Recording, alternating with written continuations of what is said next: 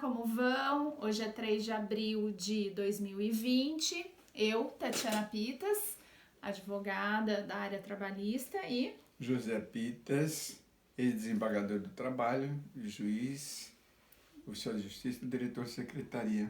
o senhor tem aí quanto... Desde 72. Na Justiça do Trabalho? Na Justiça do Trabalho, desde 73. Bom, então a gente vai tentar pegar um pouco desse conhecimento. A gente gravou um outro vídeo anterior falando sobre a MP 936 e a gente só conseguiu falar só até a redução da jornada e salário. E o vídeo ficou muito grande. Nesse vídeo a gente está dando a continuação naquilo que a gente falou. E agora a gente vai falar sobre a outra parte da MP 936, que seria sobre a suspensão do contrato de trabalho.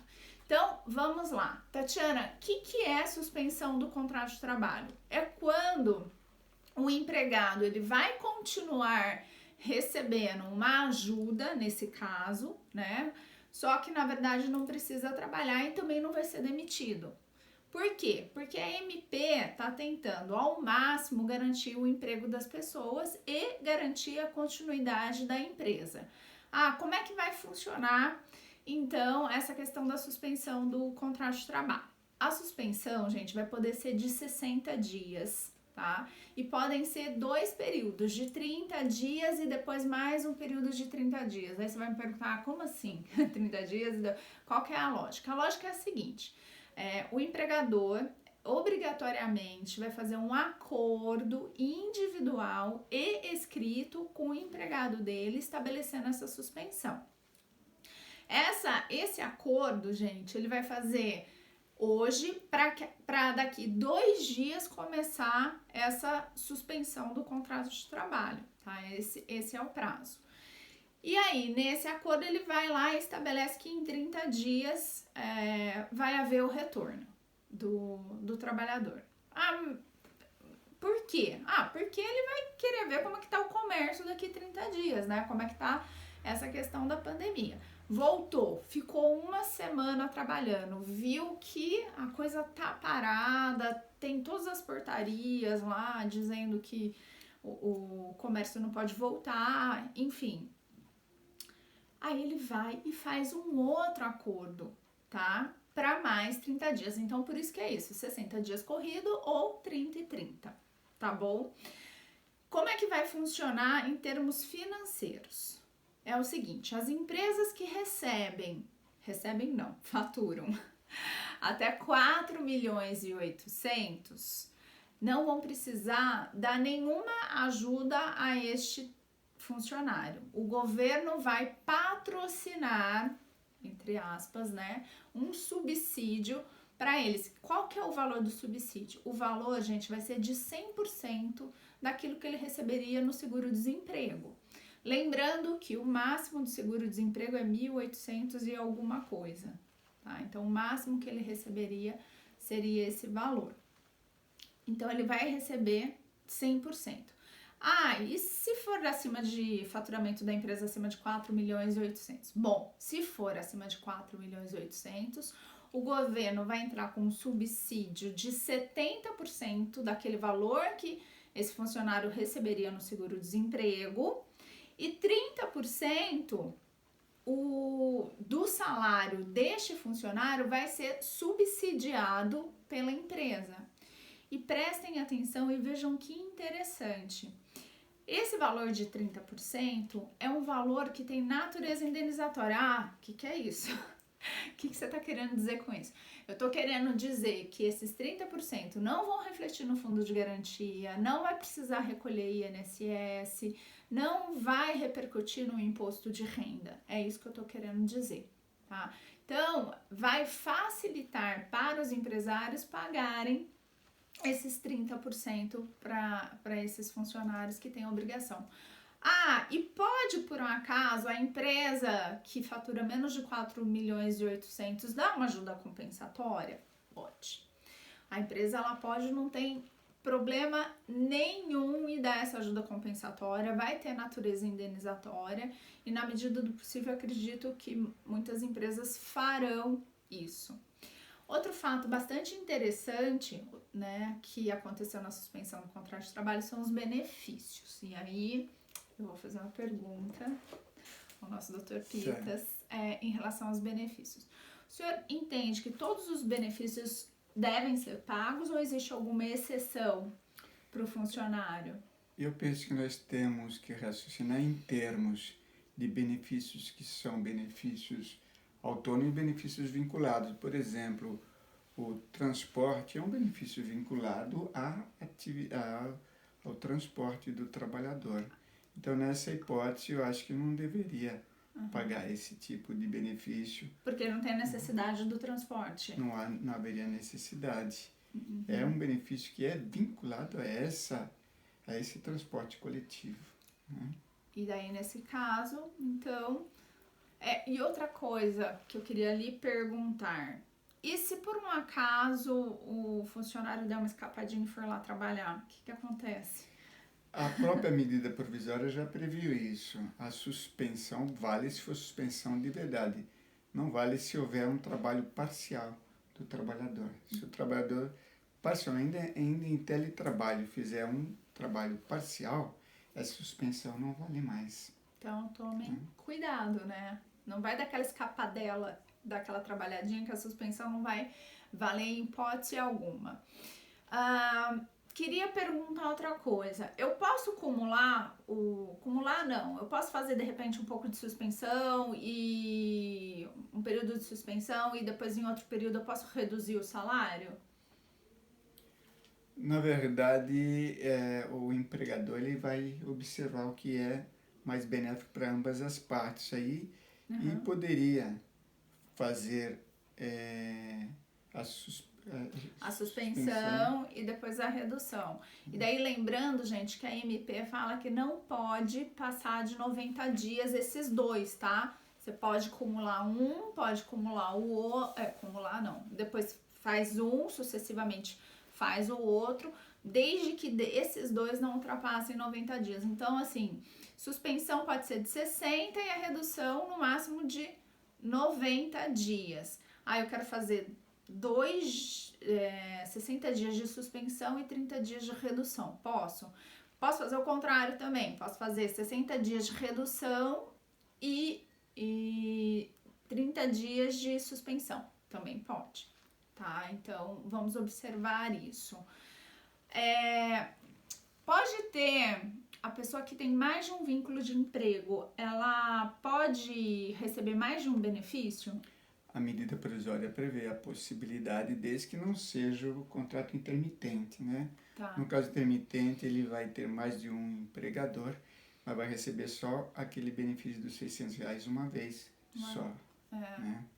O intermitente eles conseguiram, né, colocar dentro da medida, mas vai ser um valor único. Por quê, Tatiana? Né? Tem gente que não sabe o que é o trabalho intermitente. O trabalho intermitente é aquele que você tem vínculo com várias empresas e você é chamado para trabalhar em uma, 2 dias, de repente uma semana em outra, enfim. E daí, quem tem o trabalho intermitente, né, quem exerce o trabalho intermitente, tem vários empregadores, às vezes tem 5 empregadores. Então, nesse caso dos benefícios, ficaria muito caro para o governo subsidiar.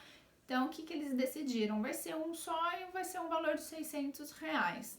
Eles mais ou menos estão equiparando ao autônomo, né? O funcionário autônomo. Eles estão tentando não deixar ninguém de fora.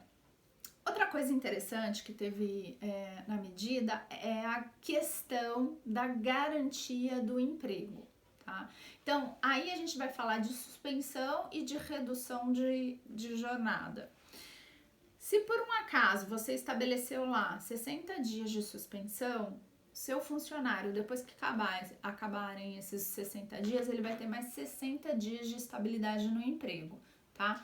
E na redução de jornada e salário, o período é o mesmo. Se foi 30 dias de trabalho, 30 dias de estabilidade, tá? E aí, a MP veio e estabeleceu uma indenização. Então, a indenização é o seguinte, fiz até uma colinha aqui, porque é muito percentual, né, pra gente decorar. Então, vai ter uma indenização de 50%, se por um acaso for demitido aí, nesse período. Do salário que ele tinha, né? Exato, do período de estabilidade. Fui demitido no período de estabilidade. Ou sou empresário, Tatiana, tive que demitir. Não teve jeito, a empresa, quebrou. O que eu tenho que fazer? Vocês vão ter que pagar as verbas rescisórias e mais uma indenização de 50% do salário da pessoa, se ela teve uma redução aí de 25%, tá? 75% de indenização se ela teve uma redução de 50% e 100% de indenização se ela teve uma redução de 70%. E agora acabou de me vir uma dúvida, que eu falei que na suspensão também cabia, e na suspensão não tem, né, esses percentuais. E eu vou deixar o senhor numa saia justa. Tem a questão da danos morais também.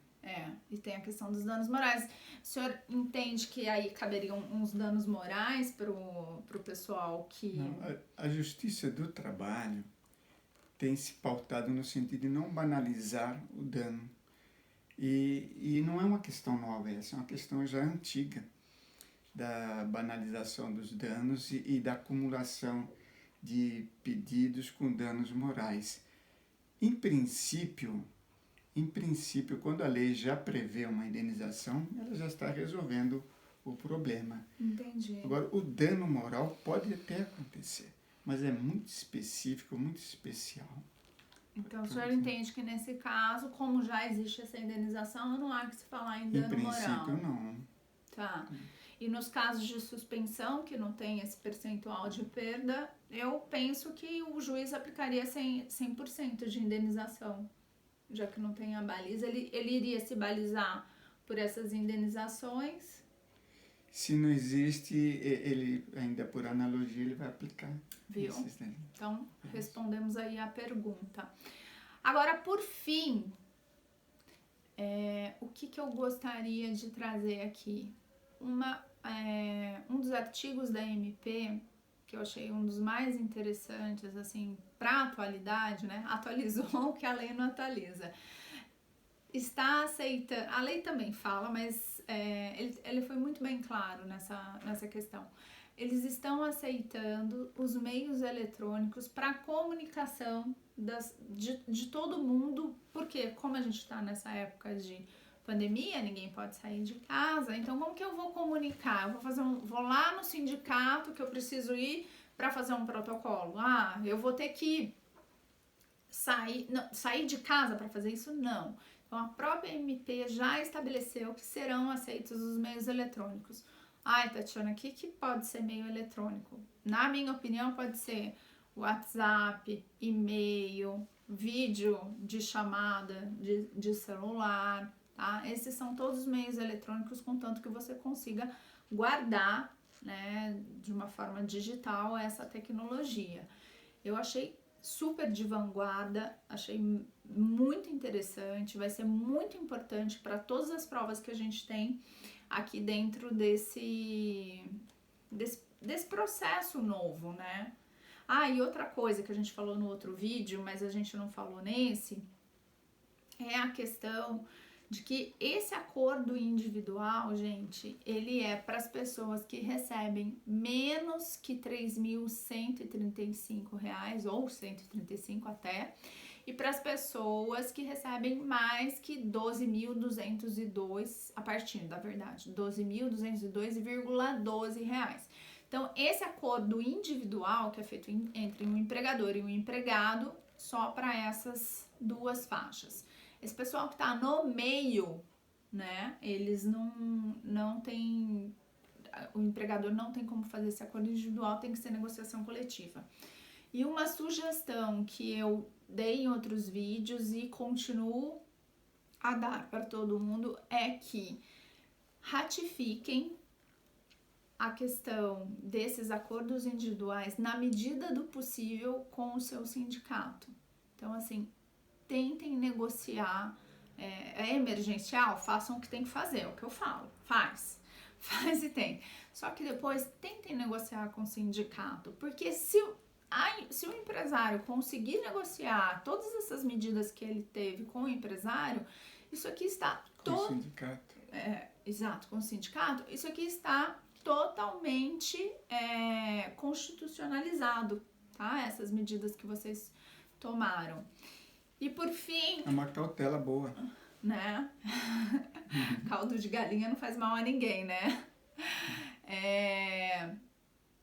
Sobre a constitucionalidade. Exatamente. As suas breves observações Eu finais acho que nós sobre a constitucionalidade? Devemos raciocinar pelo menos em 2 pontos fundamentais. Primeiro, quando a Constituição fala da impossibilidade de redução salarial sem assistência do sindicato, fala uma redução real, uma redução, eu penso, formal. A redução formal quando, por exemplo, o empregador ele dá proporcionalidade do salário e a proporcionalidade do trabalho, eu acho que não é uma redução real. Esse é um ponto. Outros 2 pontos interessantes a observar é o seguinte: antes de tudo, se esses incidentes forem judicializados, eles vão acabar caindo no Supremo. E o Supremo não vai dar a inconstitucionalidade. Ele vai entender que é constitucional.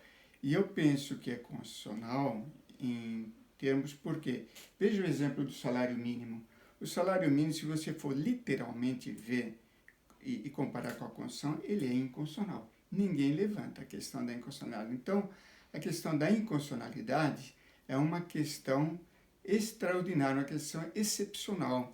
E nós estamos também numa situação excepcional, que é a questão da calamidade pública, né? Então, nós devemos fazer uma interpretação também excepcional, eu penso, né? E o conceito de justiça. Depois de muito tempo estudando direito, nós verificamos que a justiça consiste no atendimento de 2 comandos. Primeiro, o ideal jurídico, o ideal social, vezes o ideal econômico e a possibilidade econômica.